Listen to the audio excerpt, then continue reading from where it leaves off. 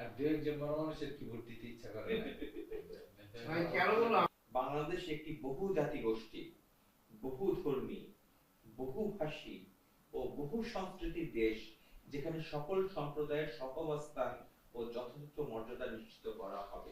আমি যে আমি একটা দলকে অপ্রেস করতেছি, তারপরে ও বলতেছে আমি ফ্রিডম চাই, এটা কি ওর বলাটা রং? কারণ আমরা ৭১-এ বাঙালিরাও সেম প্রবলেম ফেস করে পাকিস্তান থেকে স্বাধীনতা চাইছি। কলোনালাইজেশনে প্রভাবে আমরা যে ইংরেজি বলতে পারলে আমরা শিক্ষিত, ইংরেজি বলতে না পারলে শিক্ষিত না।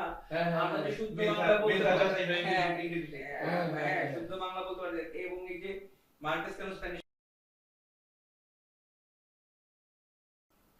আমরা বাঙালি না বাংলাদেশি জানা ভাই? মুশকিল। আমি বাংলাদেশি ও বাঙালিও, বাংলাদেশি বাঙালি আরাম আরাম না, আরাম। আর বেশি বাংলাদেশি মুসলিম বাঙালি, এগুলো সবগুলো ধরেন ইন্ডিভিজুয়াল আইডেন্টিফাইং ক্যারেক্টারিস্টিক্স আপনার ব্যাপারে, কিন্তু এই কয়টা দিয়েই কি মানে বাংলাদেশে যতগুলো মানুষ আছে, ভাই বাংলাদেশে আমি বলতে চাচ্ছি আমাদের ল্যান্ড বর্ডারের ভিতর যতগুলো মানুষ থাকে, সব ধরনের মানুষ যারা থাকে, ওদের সবাইকে আইডেন্টিফাই করতে পারি না? এরকম কি একটা শব্দ এই তিনটার মধ্যে, মানে একটাও কি এই সবগুলো মানুষকে আইডেন্টিফাই করে একসাথে বাংলাদেশি হইতে পারে? কারণ আমাদের দেশের নাম সিটিজেনশিপের ওই পয়েন্ট অফ ভিউ থেকে হইতে পারে। তাই বলছে মানে এইবার যে এই সনদে এই তর্ককে অবসান করার চেষ্টা করা হয়েছে। মানে এখানে আগে তো বলা হচ্ছিল যে বাংলাদেশের জনগণ জাতি হিসেবে বাঙালি এবং নাগরিকগণ বাংলাদেশী বলে পরিচিত হইবেন। এবার এগুলোকে প্রতিস্থাপন করে বলা হচ্ছে যে বাংলাদেশের নাগরিকগণ বাংলাদেশী বলে পরিচিত হইবেন। মানে বাঙালি ব্যাপারটাই নাগরিকগণ, বাঙালির সাথে আমাদের মানে বেসিক্যালি বাঙালি শব্দটার সাথে আমাদের মুক্তিযুদ্ধের চেতনা, বাঙালি মুক্তিযুদ্ধ বাঙালি এবং ভাষা এবং সংস্কৃতির যে পার্থক্য থেকে বাঙালি জাতীয়তাবাদ, এই বিষয়টার একটা ব্যাপার আছে এবং এটা নিয়ে একটা ইন্ডিয়া পাকিস্তান গেম আছে, বিএনপি আওয়ামী লীগ গেম আছে এবং এটা নিয়ে তর্কটা বহু দিনের। কিন্তু এখানে একটা আমরা সন্তুষ্ট কিনা শুধু বাংলাদেশি নাগরিক বলে পরিচিত হলে? আমার কাছে কোনো সমস্যা নাই, কিন্তু আমার সমস্যাটা অন্য জায়গা থেকে লাগে। একটু যদি পাস্ট রেফারেন্স অথবা আমাদের নেইবারের এক্সপেরিয়েন্স নিয়ে যদি একটু চিন্তা করি, ও কিন্তু এই ইন্ডিয়ান সবাইকে ডিফাইন করতে যে একটা কাগজ এবং আইডেন্টিটি এস্টাবলিশ করে অনেকজনকে ওই আইডেন্টিটিটা দেয় ভাই। তো অনেকজনকে আইডেন্টিফাই করে না যে ওরা যে বাংলাদেশি। তো আমার একটা বিশাল বড় বুঝিনি আরেকবার বাংলাদেশি মানে রেজিস্ট্রেশন, ধরো দেশে 20 কোটি মানুষ থাকে, 20 কোটি মানে আমাদের দেশে 20 কোটি মানুষ থাকে, এই 20 কোটি মানুষের মধ্যে 18 কোটি মানুষের হয়তো রেজিস্টার্ড ভোটার্স, আর বাকি কিছু মাইনরিটিজ আছে যারা ভোটার। আমাদের ভোটার অ্যারাউন্ড 11 কোটির মতো। না বলছি 18 কোটি হচ্ছে ডকুমেন্টেড, ওদের জন্ম নিবন্ধন আছে ধরো, বাকিরা ধরো নাই। তো ওরা একটা ক্রাইসিসের মধ্যে না, আমরা একটা হঠাৎ করে বলতেই পারি না বাংলাদেশে সবাই, সেটা তো তার ব্যক্তিগত সমস্যা, সেটা তো ব্যক্তিগত সমস্যা। সে সব সমস্ত কিছু করতে গেলে, স্কুলে ভর্তি হতে গেলে, চাকরি করতে গেলে, ব্যাংক অ্যাকাউন্ট খুলতে গেলে, পেতে চাইলে, পাসপোর্ট করতে, সব জায়গায় সমস্যা পড়বে। কারণ জন্ম নিবন্ধন তো বেসিক একটা ডকুমেন্ট তোমার জাতীয় পরিচয়পত্রের জন্য। কিন্তু না থিংক বিয়ন্ড, সেখান থেকে তো পাসপোর্ট, সেখান থেকে তো সব। কিন্তু থিংক বিয়ন্ড দা আরবান নেসেসিটিস।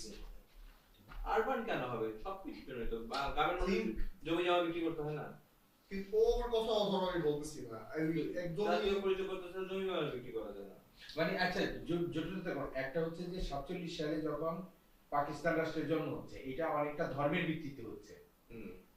মানে যখন মুক্তিযুদ্ধটাই হচ্ছে যে ধর্মের ভিত্তিতে রাষ্ট্রটা আমি মানছি না, ধর্মের ভিত্তিতে যে পাকিস্তান নামক রাষ্ট্রটা ভারতবর্ষের দুই দিকে দুইটা মুসলমান সংখ্যাগুরু দেশ মিলে একটা দেশ হচ্ছে, মানছি না।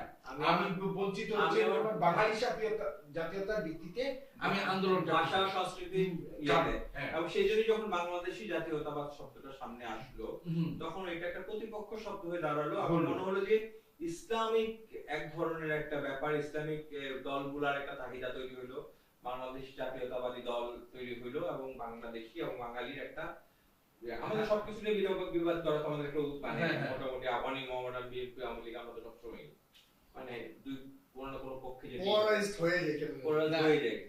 ওই জায়গাটাতে যে আমরা যে রাষ্ট্রটা গঠন করলাম পরে পাকিস্তানের সঙ্গে যুদ্ধ করে, সেটা বাঙালি জাতীয়তাবাদের ভিত্তিতে, তুমি কে আমার আমি কে বাঙালি বাঙালি। তো তো এই বাঙালি জাতীয়তাবাদের ভিত্তিতে যে রাষ্ট্রটা গঠন করলাম, সেই রাষ্ট্রটা কিন্তু আবার বহুজাতিক রাষ্ট্র। এর ভিতর বাঙালি আছে, এর ভিতর চাকমা আছে, এর ভিতর সাঁওতাল আছে, তারা বাঙালি না, তারা বাংলাদেশী হ্যাঁ। এখন এই জায়গাটা জিয়াউর রহমান যে কারণে বাংলাদেশি মানে ইয়েটাকে করছিল, ডাক্তার বাঙালি, কিন্তু এবং এটা পরবর্তী একটা দীর্ঘ সময় পরিষ্কার হয়ে গেছে যে এটা হচ্ছে আমার নাগরিকত্ব, আমি বাংলাদেশ নামক রাষ্ট্রের নাগরিক, আমি বাংলাদেশী, কিন্তু জাতিসত্তার ভাবে এই আমি বাঙালি আবার একজন ইয়েও থাকতে পারে। আদিবাসী এথনিক মাইনরিটি কমিউনিটি গুলা, মানে ও যতখানি ওকে আদিবাসী বলাটা ইম্পর্টেন্ট, ততখানি কিন্তু ওকে এথনিক মাইনরিটিটা বলাটাও ইম্পর্টেন্ট, কারণ ওকে আমরা মাইনরিটি বানাই ফেলছি। এটাও আই থিঙ্ক অ্যাকনলেজ করাটাও একটা ইম্পর্টেন্ট ক্রাইসিস আর কি, যেটা আমরা করতেছি না। আমরা no accusation or offence to any group of people, কিন্তু এখানে মোরলেস একটা স্ট্রাকচারাল জেনোসাইড কিন্তু হয়ে গেছে। আমরা কিন্তু মানে একদম দেশের ইনসেপশন থেকে শুরু করে এখন পর্যন্ত একটা স্ট্রাকচারাল জেনোসাইড মেবি হয়ে গেছে। এটা একদম পাকিস্তান আমলে কর্ণফুলী এই ড্যাম তৈরি করার মধ্য দিয়ে যে পুরো চাকমার গ্রাম, রাজারবাড়ি সব যে কর্ণফুলী যে লেকের মধ্যে ঘুরে বেড়াও, তার নিচে তো সম্পূর্ণ কাপ্তাই লেকের নিচে তো রীতিমতো একটা রাজার বাড়ি আছে, পুরো একটা শহরই আছে, রীতিমতো একটা পুরো ইয়ে ডুবে গেছে। তো সেই থেকে শুরু করে এই যে বাঙালি সেটেলমেন্ট করার যে প্রক্রিয়াটা করে যে তাদেরকে যে সংকুচিত করে ফেলা হয়েছে, তাদের অধিকার করা হয়েছে এবং তাদেরকে বঞ্চনা, সেইটা তো একটা বৃহৎ ইতিহাস, সেটা একটা বৃহৎ রাজনৈতিক গল্প। এটাকে আমাদের সনদের মধ্যে আসে না, কিন্তু এটা তো মানতেই হবে। যেমন আমি ব্যক্তিগতভাবে সাদেকে যাই না, কারণ আমি যাই না, কারণ আমি জানি যে এটা অন্যায়ভাবে এই পাহাড়গুলো নেওয়া হয়েছে এবং এইভাবে এই ট্যুরিজমটা মোরালি কনসিয়াসলি রাইট হইতেছে না দেখে আমি যেতে পারবো, সাপোর্ট করতে পারবো।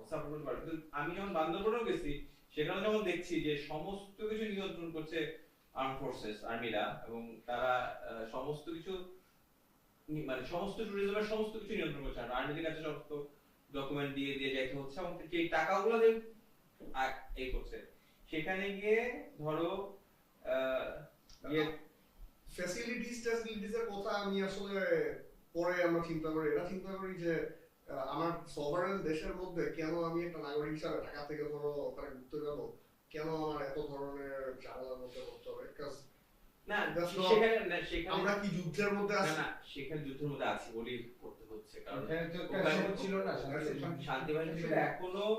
এখনো 2-3টা দলের মধ্যে প্রায় মারামারি হচ্ছে, এবং প্রতি বছরই একটা দুটা ঘটনা ঘটে যেখানে তোমার ওই বাংলাদেশের তারা অপহরণ করে নিয়ে যায়, মেরেও ফেলে, মানে এবং তাদের মধ্যে তারা মারামারি করছেন, অপহরণ করছে, এরকম কিছু ঘটনা, যার জন্য তারা নিরাপত্তার খাতিরে এখন নিরাপত্তার খাতিরে পুরো এখানে আর্মি দিয়ে সব শাসন করে রাখছে। এখন এই পুরো কনভারসেশনটা যেহেতু পুরো ন্যারেটিভটা কতখানি বলছে আমাদের নিরাপত্তা দিচ্ছে, আলটিমেটলি তো নিষ্পেষিত হচ্ছে করতেছে। কিন্তু এখানে আমি এই জায়গাটাতে আসতে চাচ্ছিলাম যে সনদের সাথে এই কনভারসেশনটাতে কেন এটা রিলেভেন্ট,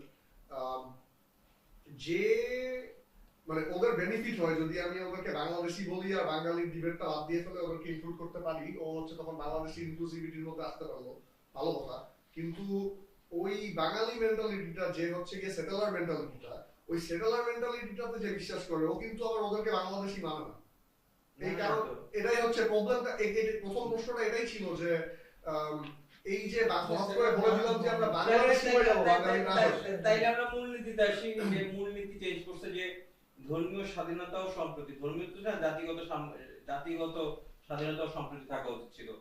বাংলাদেশের নতুন করে মূলনীতি তৈরি করা হয়েছে সাম্য, মানবিক মর্যাদা, সামাজিক ন্যায় বিচার। এই তিনটা শব্দ বহুদিন ধরেই প্রগতিশীল রাজনীতিবিদরা বলার চেষ্টা করে। তার সাথে আর এটা বোধহয় মুক্তিযুদ্ধের ঘোষণাপত্রের প্রোক্লামেশনে আছে, ঘোষণাপত্র ছিল, হ্যাঁ, কিন্তু ধর্মীয় স্বাধীনতা ও সম্প্রীতিটা নতুন করে যুক্ত হয়েছে।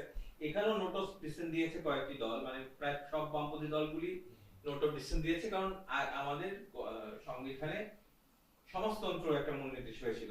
আগে ছিল কি সমাজতন্ত্রটা পরে চেঞ্জ হয়ে ওই যে বিশ্ববাজারে যখন ঢুকলো তখন কি আর থাকে না, ছিল জাতীয়তাবাদ, সমাজতন্ত্র, গণতন্ত্র, ও ধর্মনিরপেক্ষতা। ধর্মনিরপেক্ষতা। ঠিক আছে, তো ধর্মনিরপেক্ষতা নিয়ে কিছু কন্ট্রোভার্সিয়াল এই শব্দটা ছিল, মানে ভুল ব্যাখ্যা দিত বিভিন্ন মানুষ। কেন ধর্মনিরপেক্ষতার জায়গায় আল্লাহর উপর পূর্ণ বিশ্বাস ছিল না একটা সময়? এটা বোধহয় করা হয়নি। আমাদের রাষ্ট্রীয় ধর্ম ইসলাম করা হয়েছিল, কিন্তু আমি সেটার কোনো রেফারেন্স আমি ঠিক জানি না। 4 মূলনীতিতে ধর্ম মানে এটা না, খুব সম্ভবত ইয়ের আগে, আওয়ামী গভর্নমেন্ট আসার আগে, 96 এর আগে যখন আমরা যখন এরশাদ তো শুধু ইয়ে করছিল, ওই যে রাষ্ট্রধর্ম ইসলাম করছে, রাষ্ট্রধর্ম ইসলাম করছিল আর বিসমিল্লাহির রহমানির লাগাইছিল। হ্যাঁ হ্যাঁ দেখ, বিসমিল্লাহির রহমানির রহিম লাগাইছিল এর আগে, যেটা অনেকেই মানে না, যে কেন একটি ধর্মের বাণী দিয়ে শুরু হবে আমাদের বাংলাদেশের সংবিধান। আমিও ব্যক্তিগতভাবে মানি না, মুসলিম হিসেবেও এটা মানি না, কারণ যেহেতু আমাদের যত স্বল্প সংখ্যকই হোক, হিন্দু আছে, বৌদ্ধ আছে, খ্রিস্টান আছে, আমাদের বিভিন্ন জাতিসত্তার মানুষজন আছে, তো ফলে বিসমিল্লাহির রহমানির রহিম কোনো মানে, কথা হচ্ছে আমি ধর্মকে রাষ্ট্রের সাথে মিলাইতেই চাই না কোনোভাবে। ব্যক্তিগত তত্ত্বের সাথে আমার রাষ্ট্রীয় তত্ত্ব মিলানোর আসলে কোনো দরকার নাই আসলে। মানে ধর্ম আমার আইডেন্টিটি, মানে আমার পলিটিক্স মানে ইনফ্লুয়েন্স করবে। মুক্তিযুদ্ধের ওয়ান অফ দ্য স্লোগান ছিল কিন্তু ধর্ম যার যার, রাষ্ট্র সবার। হ্যাঁ, একটা স্লোগান, মানে তারপরে বাংলার বৌদ্ধ, বাংলার হিন্দু, বাংলার খ্রিস্টান, বাংলার মুসলমান, আমরা সবাই বাঙালি। এগুলো সব মুক্তিযুদ্ধের পোস্টার বলছে, এগুলো গানও হয়েছে, ইয়েও আছে, পোস্টারগুলোর কথা বলছে একেবারে। হ্যাঁ, আমরা না আপনি যেটা বলেছেন সেটা তো সেকুলারিজমের কথা, অর্থাৎ আপনি ধর্মনিরপেক্ষতার যে জায়গাটা, ওই জায়গাটাতে স্ট্যান্ড করতে চাচ্ছেন, নিজে করেন। তাহলে জাতীয় মূলনীতিতে সাম্য, মানবিকতা, সামাজিক ন্যায় বিচার ও ধর্মীয় স্বাধীনতা, সম্প্রীতি। তো এখানে ভাষার কথা যখন আসছে তখন বলছে যে বাংলা ভাষার বাইরেও যত ভাষায় যত কথা হচ্ছে বাংলাদেশে, সবগুলোকে সাংবিধানিক স্বীকৃতি দেওয়া হবে। তার মানে বাংলাদেশে যে যে ভাষাতেই কথা বলছে না কেন, বাংলাদেশে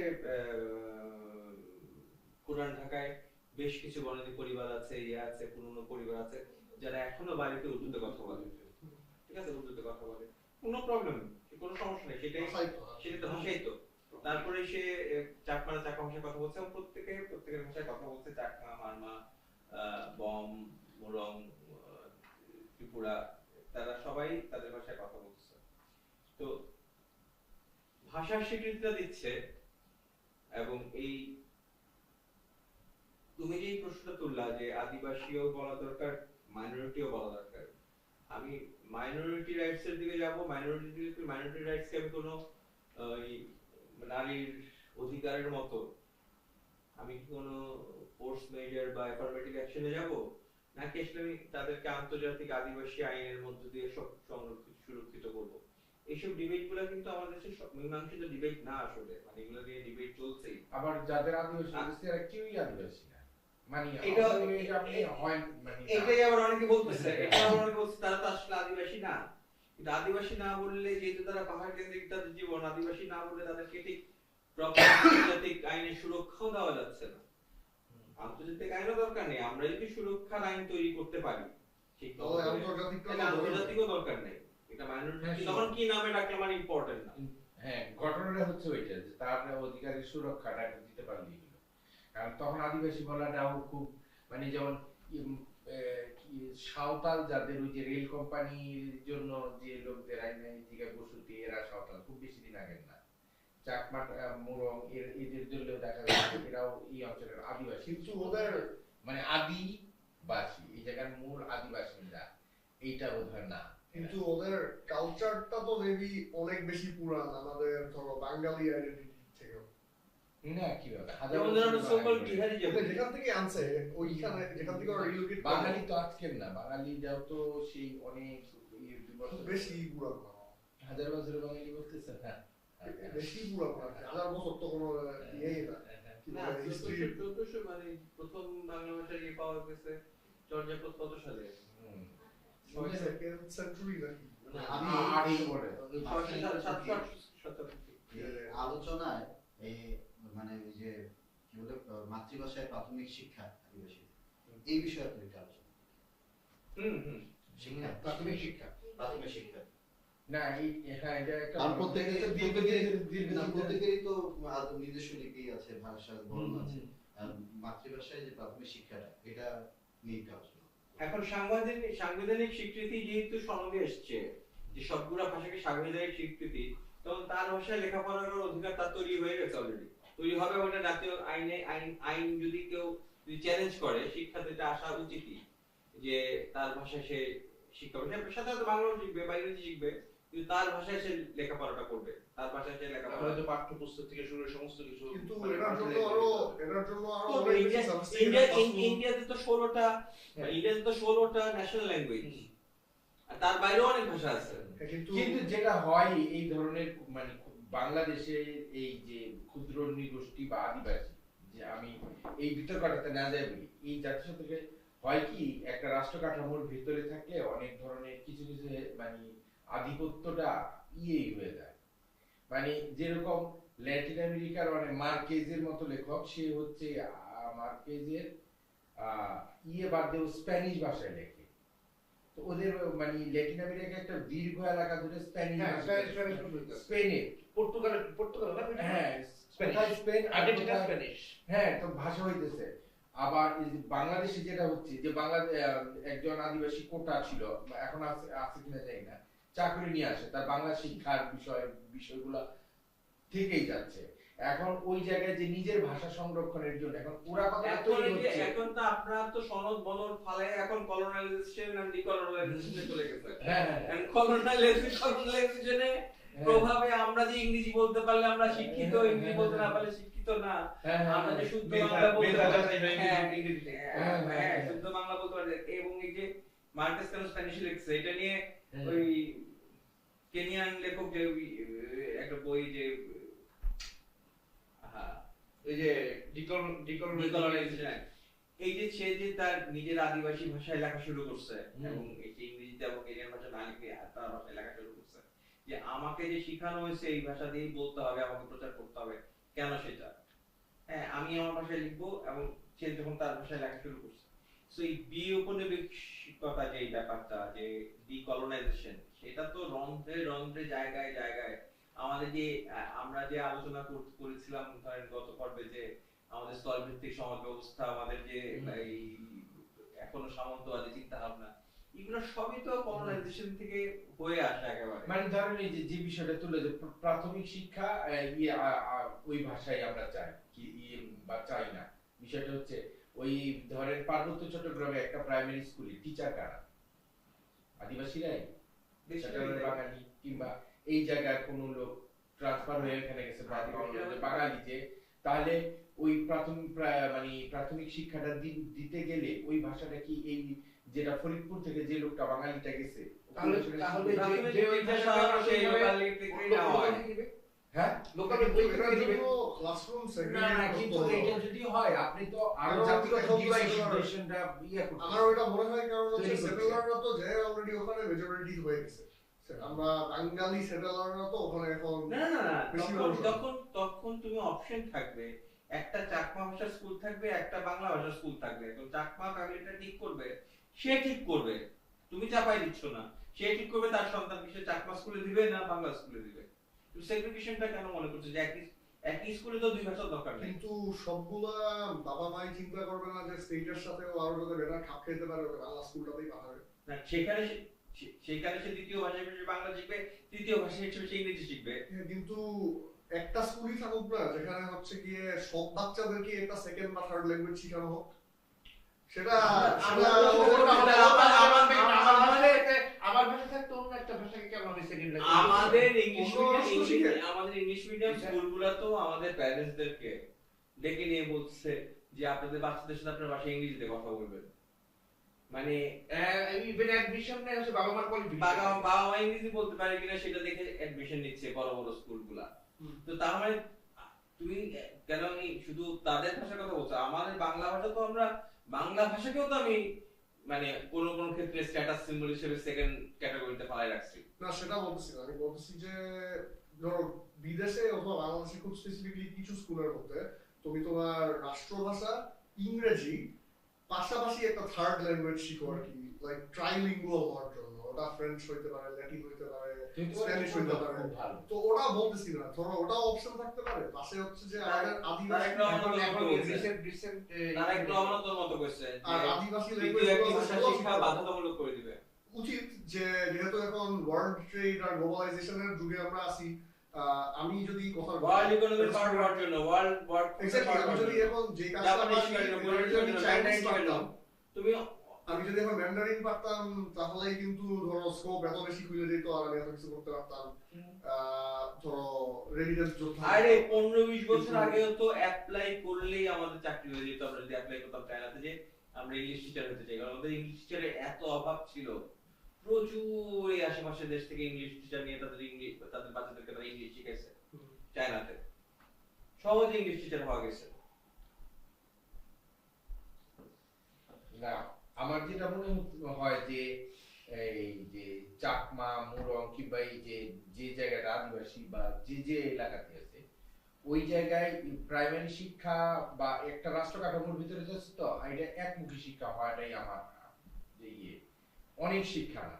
ওর ফলে ওই জায়গাও এই রাষ্ট্রে যে ধরনের প্রাইমারি স্কুল ওই জায়গায় থাকবে, ওই জায়গার জাতিসত্তা নিয়ে যদি দাঁড়াইতে হয় তাহলে আসলে যেটা ওই যে আখতারুজ্জামান ইলিয়াস তার এই সংস্কৃতি বাংলার যে চাকমা ভাষায় গল্প চাই এরকম বুঝো। সেই ছেলেটা বা মেয়েটা বড় হয়ে যখন তার দাদা দাদি নানা নানির কাছ থেকে তার ইতিহাস ঐতিহ্য শেখার জন্য সে যখন করবে, তখন যদি তার ভাষাটা সে ভালো করে না জানে, সে সেটা অনুসন্ধানই করতে পারবে না। তো তাকে বাংলা শেখাটা বাংলা সেকেন্ড ল্যাঙ্গুয়েজ হিসেবে থাকবে। মানে আমাদের দেশে আমরা যখন ছোটবেলা থেকে বাংলা ইংরেজি শিখছি বাঙালিরা, তারা চাকমা বাংলাদেশ শিখবে, তারা বাংলা বাংলা শিখবে, তারা এভাবে শিখবে তারা। কিন্তু এটা করতে হলেও কিন্তু ওই প্লেবুক নার্সারি এইচটা দিতে হবে। আমরা যে চেষ্টা করি ইংরেজি ভালোভাবে শিখাইতে, ভালোভাবে শিখাইতে ক্লাস 5 এর পরে, এটা কিন্তু কোনো প্রাইমারি শিক্ষা পদ্ধতিতে বলা হচ্ছে না। চাকমা ভাষায় যখন কবি নাই, অবশ্যই আছে না হয়তো কি খুঁজি নেই, আমরা খুঁজি না, আমার খোঁজার দরকার নেই, ওরা কি খুঁজছে ওদের খুঁজে বার করতে হবে, ওদের পাবলিশ করতে হবে। এখন তো কতগুলো আদিবাসী ব্যান্ড আছে, তারা নিজেদের গান গাচ্ছে। এখন ওইটা যদি দাঁড়ায় তাহলে অন্য জিনিসগুলা আস্তে আস্তে আমার মনে হয় হবে। মানে এই জায়গা থেকে দিয়ে আমি যদি বাংলা সংখ্যাগরিষ্ঠতার ভিত্তিতে যদি মনে করি যে সবাই একমুখী বাংলা শিক্ষা হবে, তাহলে তো আমি ইসলামিক দলের ন্যারেটিভেও বলতে হয় যে আমরা সংখ্যাগরিষ্ঠ মুসলমানের দলে আমাদের সবাই মুসলমান আইন মেনে চলতে হবে। আমি ঘটনাটা কি হলো, আমি যত ক্ষুদ্রই হোক তোমার স্বতন্ত্র বজায় রাখার সমস্ত সুযোগ রাষ্ট্রকে তৈরি দিতে হবে, তাই নয় কি? কিন্তু আমার মনে হয় তাহলে মানে স্টেটের রেসপন্সিবিলিটি হুদায় বাড়ায় কি করবো, এটা তো বেয়ার মিনিমাম কাজই হইতেছে না। তো কমিউনিটিকে আরো কাছে আনার, কমিউনিটি ওয়েলফেয়ার বাড়ানোর জন্য কমিউনিটি বেস স্কুল দিতে পারে।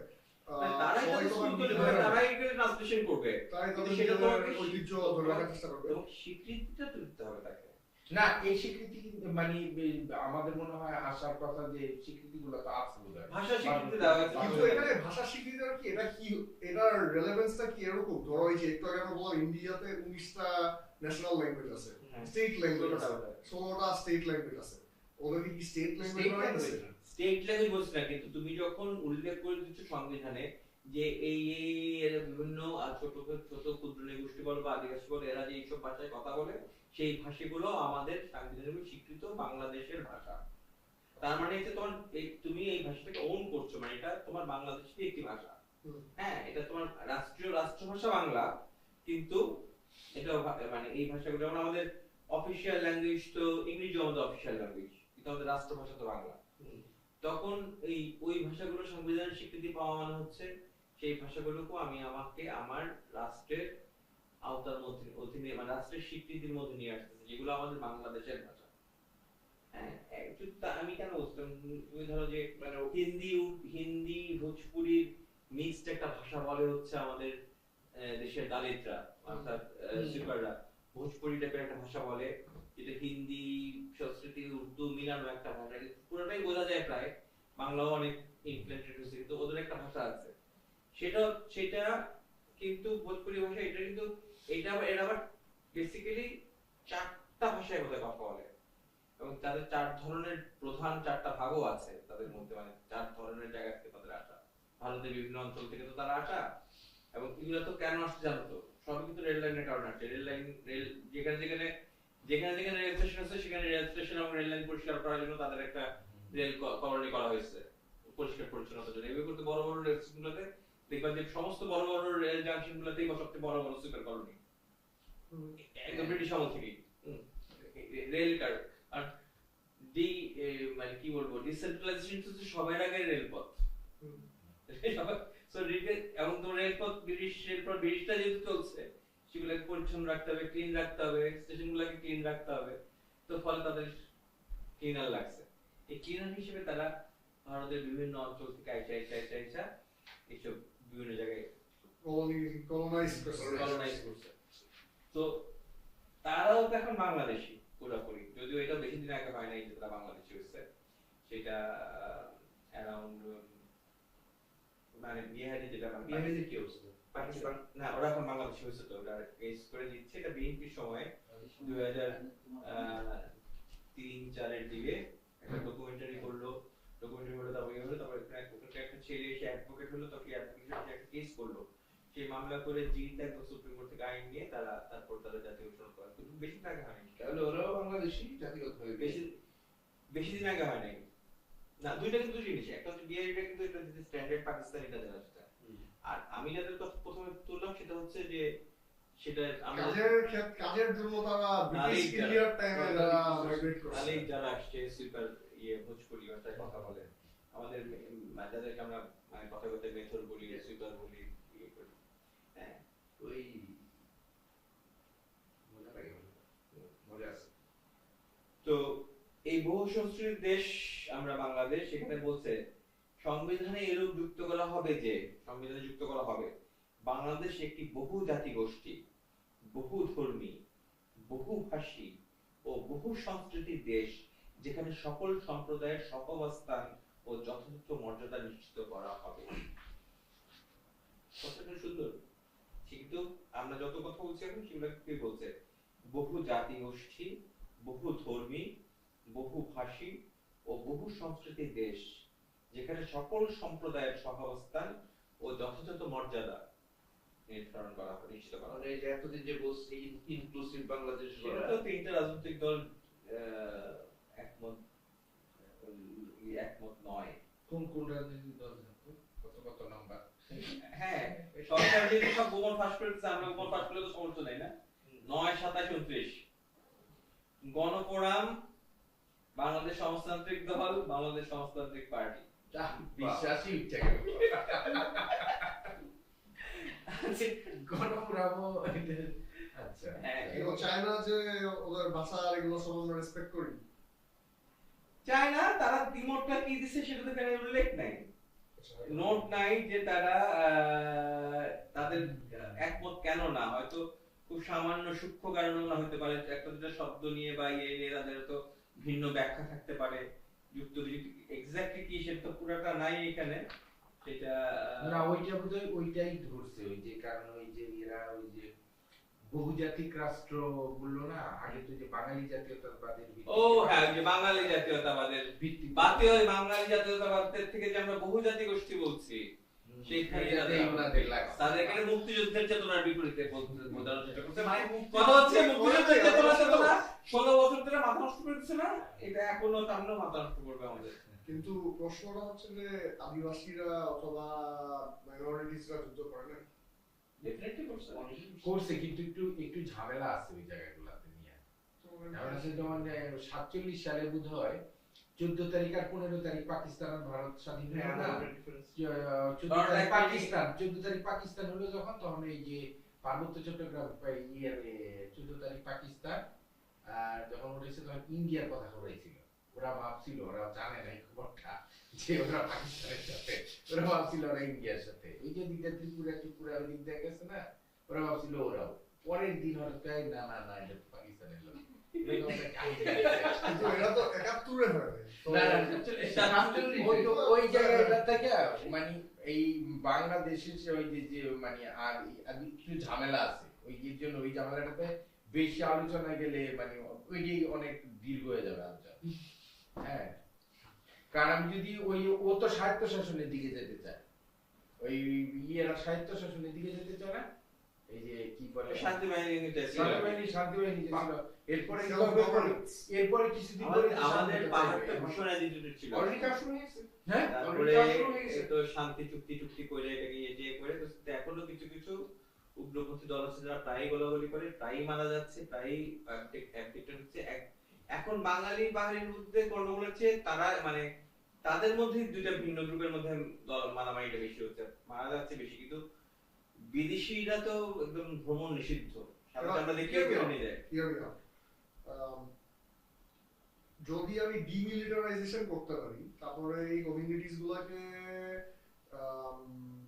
সোশ্যাল ইকোনমিক ব্যারিয়ার্স গুলা বন্ধ করে ওদেরকে পার্টিসিপেট করতে দেয় ওভারঅল গ্রেটার ইকোনমিতে, আর তারপরে এডুকেশন, লোন নেওয়া, বিজনেস স্টার্ট আপ করা, এসব জিনিসপাতি করতে দেয়, তাহলে কি ওরা এই সেম ধরনের চাহিদা না, রাখবে? ওইখানে আমি একটা দলকে অপ্রেস করতেছি, তারপরে ও বলতেছে আমি ফ্রিডম চাই, এটা কি ওর বলাটা রং? কারণ আমরা 71-এ বাঙালিরাও সেম প্রবলেমগুলো ফেস করে পাকিস্তান থেকে স্বাধীনতা চাইছি। তো আমি এই সিস্টেমটাও ফিট করতে থাকবো যেখানে ওর আসলে সিটিজেন হিসাবে, মানে ও সিটিজেন আমিও সিটিজেন, কিন্তু আমাদের রাইট গুলো যদি সেম না হয়, তারপরে যদি ও বলে যে আমি সেলফ গভর্নেন্স চাই, আমি তো এটাতে খুব রং দেখতেছি না। I don't think আমরা as Bengali we are doing anything better. ক্ষোভটা আমরাই উঠে এখন কথা হচ্ছে যে এই প্রবলেম তো ইন্ডিয়াতেও আছে, পুরা ধরো মিজোরাম ঝাড়খণ্ড টাড়খণ্ড মিলে হ্যাঁ, ওদেরও বিশাল বড় নাক্সালাইট মুভমেন্ট আছে চলতেছে। কিন্তু আমাদের এখানেও যেই আর্ম স্ট্রাগলটা চলতেছে, ছোট করে হলেও আগে অনেক বড় ছিল, বিশাল বড় ছিল।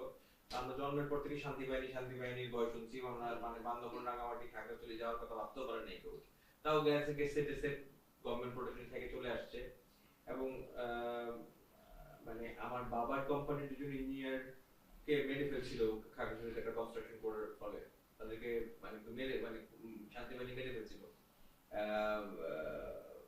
বোধহয় 1 ঘন্টা দেরি হয়েছিল তাদের চাঁদা দিতে, তাদের প্রতি মাসে তাদেরকে 1 ঘন্টা দেরি হয়েছিল কিছু। আমার বাবা ছিল না, কিন্তু আমার মানে দুজনকে মেরে ফেলছিল। তো এই ধরনের ঘটনা তখন কমন ছিল।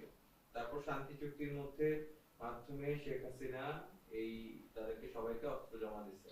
আচ্ছা, এটা তো ধরো আগুদাম শোনো, যেটা হচ্ছে তুমি যেটা বলছো সেটা একদম সত্য, they are oppressed, so they have the right to fight for their freedom, no doubt about ইট।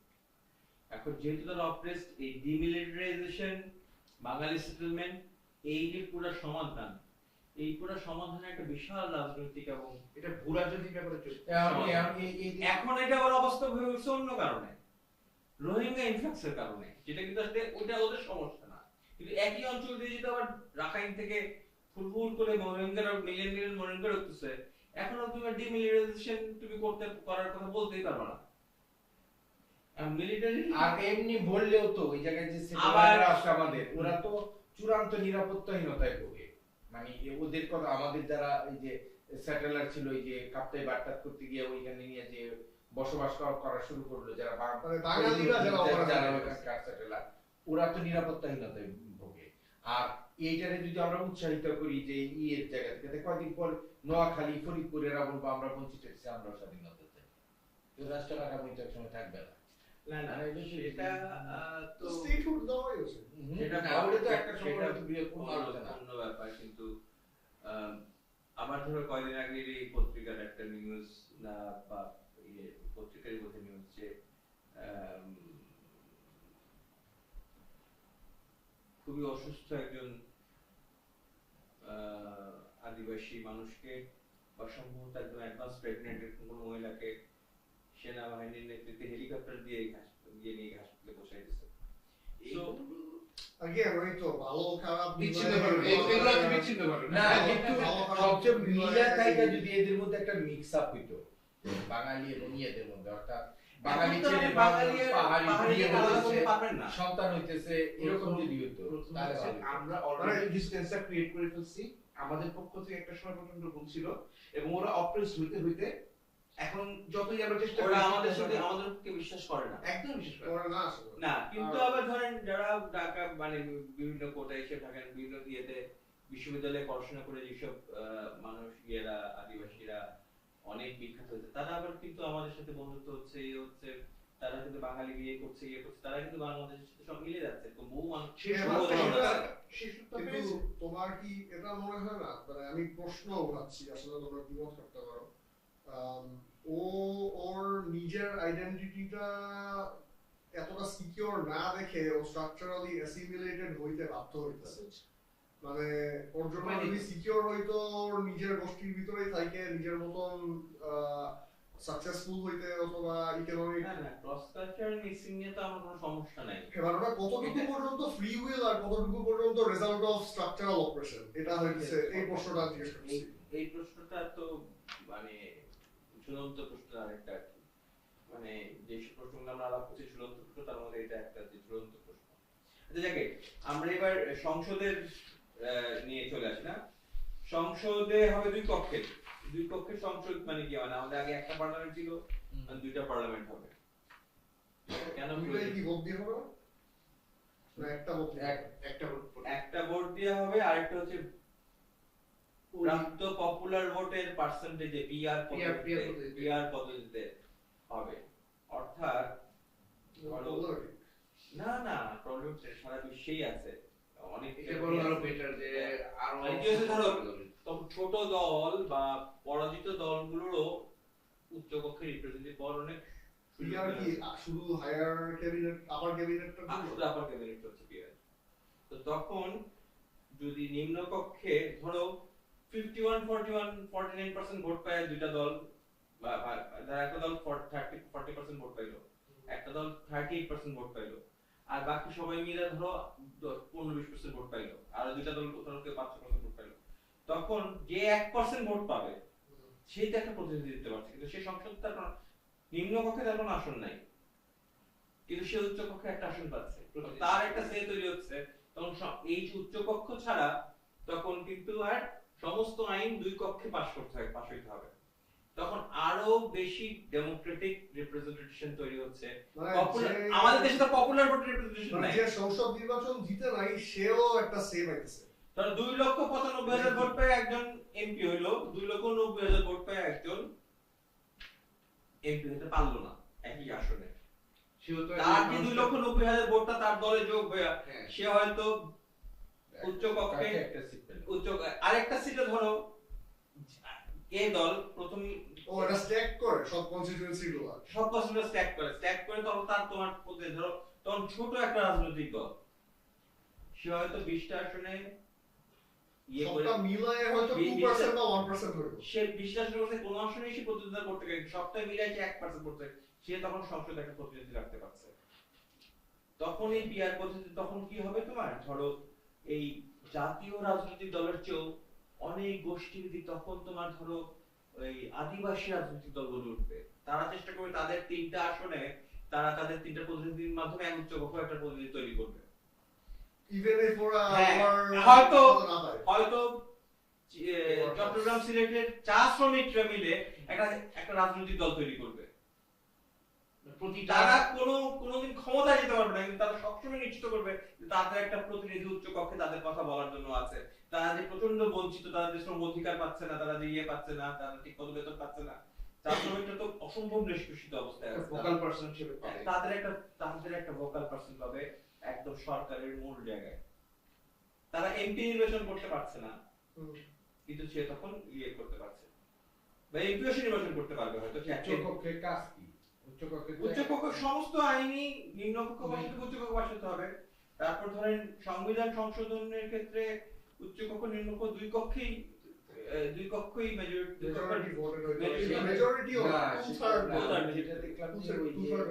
ক্ষেত্রে গঠনের ক্ষেত্রে কিংবা কোন সংবিধান সংশোধনীর ক্ষেত্রে 2/3 লাগবে উচ্চকক্ষ নিম্নকক্ষ এই জায়গাটাতে। আর হচ্ছে যখন ওই যে তত্ত্বাবধায়ক সরকার গঠন আর রাষ্ট্রপতি নির্বাচন এইসব ক্ষেত্রে কয়েকটা জায়গায় কাজ লাগবে, এছাড়া তো এদের বেশি কাজ নাই। অনেক কাজ আছে এদের প্রচুর আইন ওদেরকে ইয়ে করতে হবে। উচ্চকক্ষের গঠনে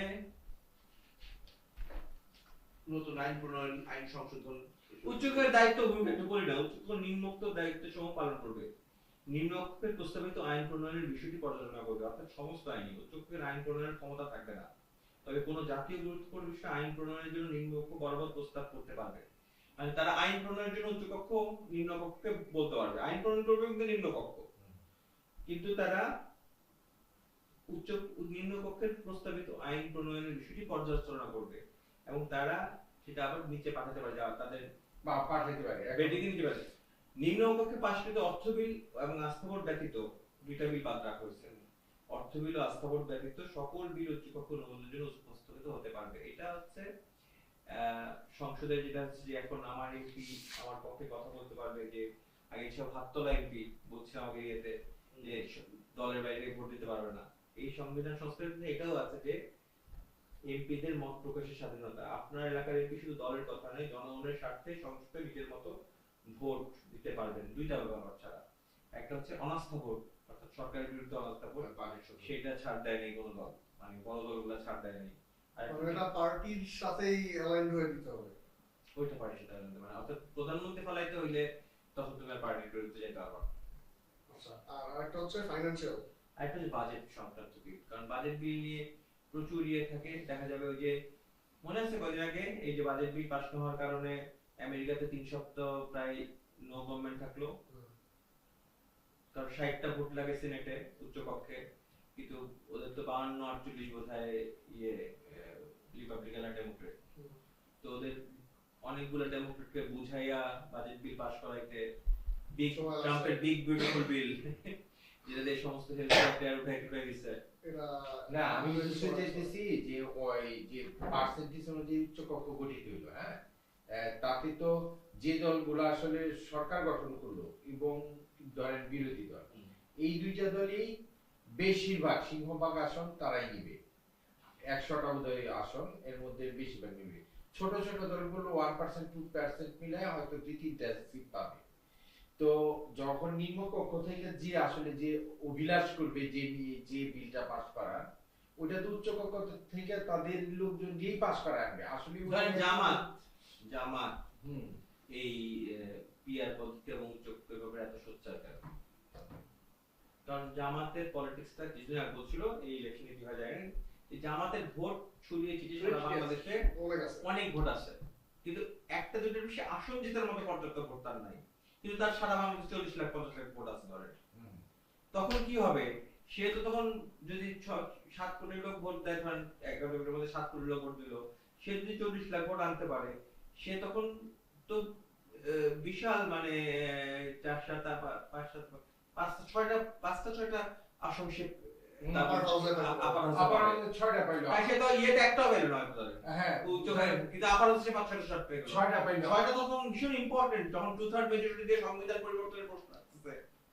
যখনই 2/3 মিলিয়ন দিয়ে মেজরিটির প্রশ্ন আসতেছে অভিশংসনের ক্ষেত্রে বা বিভিন্ন ক্ষেত্রে, যদি অনাস্থা ভোটে সরকারের প্রতি অনাস্থা ভোটে দেওয়া যাবে না বলছে, কিন্তু অভিশংসন বিভিন্ন রকম অভিশংসন, রাষ্ট্রপতির অভিশংসন যেখানে 2/3 মেজরিটি লাগে লাগে, সেসব ক্ষেত্রে তো তখন সে বিরাট ভূমিকা রাখতে পারবে। আমার কাছে মনে হচ্ছে এটা জটিলতা তৈরি করতে পারে, দেখা যাবে যে গণতন্ত্রে আপনি আরো বেশি দলকে সুযোগ দিলেন, মানে একটা হচ্ছে এক ভোটে হারলেও আমার পুরো আমি নাই, একজন পুরো একজন জিরো, আর এখানে হচ্ছে প্রাপ্ত ভোট কত মানুষ আপনাকে সমর্থন দিচ্ছে তারও একটা প্রতিনিধিত্ব একটি সংসদ, যে মানুষটা আসলে 10,000 ভোট পায়। Doesn't all of this trickle down to the fact যে fair election হইতো? তা তো বটেই, মানে মাঠ পর্যায়ে জেলা না মানে দেশের প্রশাসন ব্যবস্থা আর এনফোর্সমেন্ট তারা এনশিওর করবে যে ভোট রিগিং হইতেছে না, ভোট চুরি হবে না। রিগিং এর কথা পরে আমি তারপর ভোট কেন্দ্রতে ফেক ব্যালট হবে না। একটু আগে আমি বললাম না যে এই ইলেকশনের কতদিন আগে ভোটার তালিকা হালনাগাদ হয়? বোধহয় তফসিলটার উপর আর ভালো লাগা কিছু থাকে না, তার আগ পর্যন্ত বোধহয় চেঞ্জ করা যায়। আমার বাড়িতে কেউ আসলো না হালনাগাদ করতে।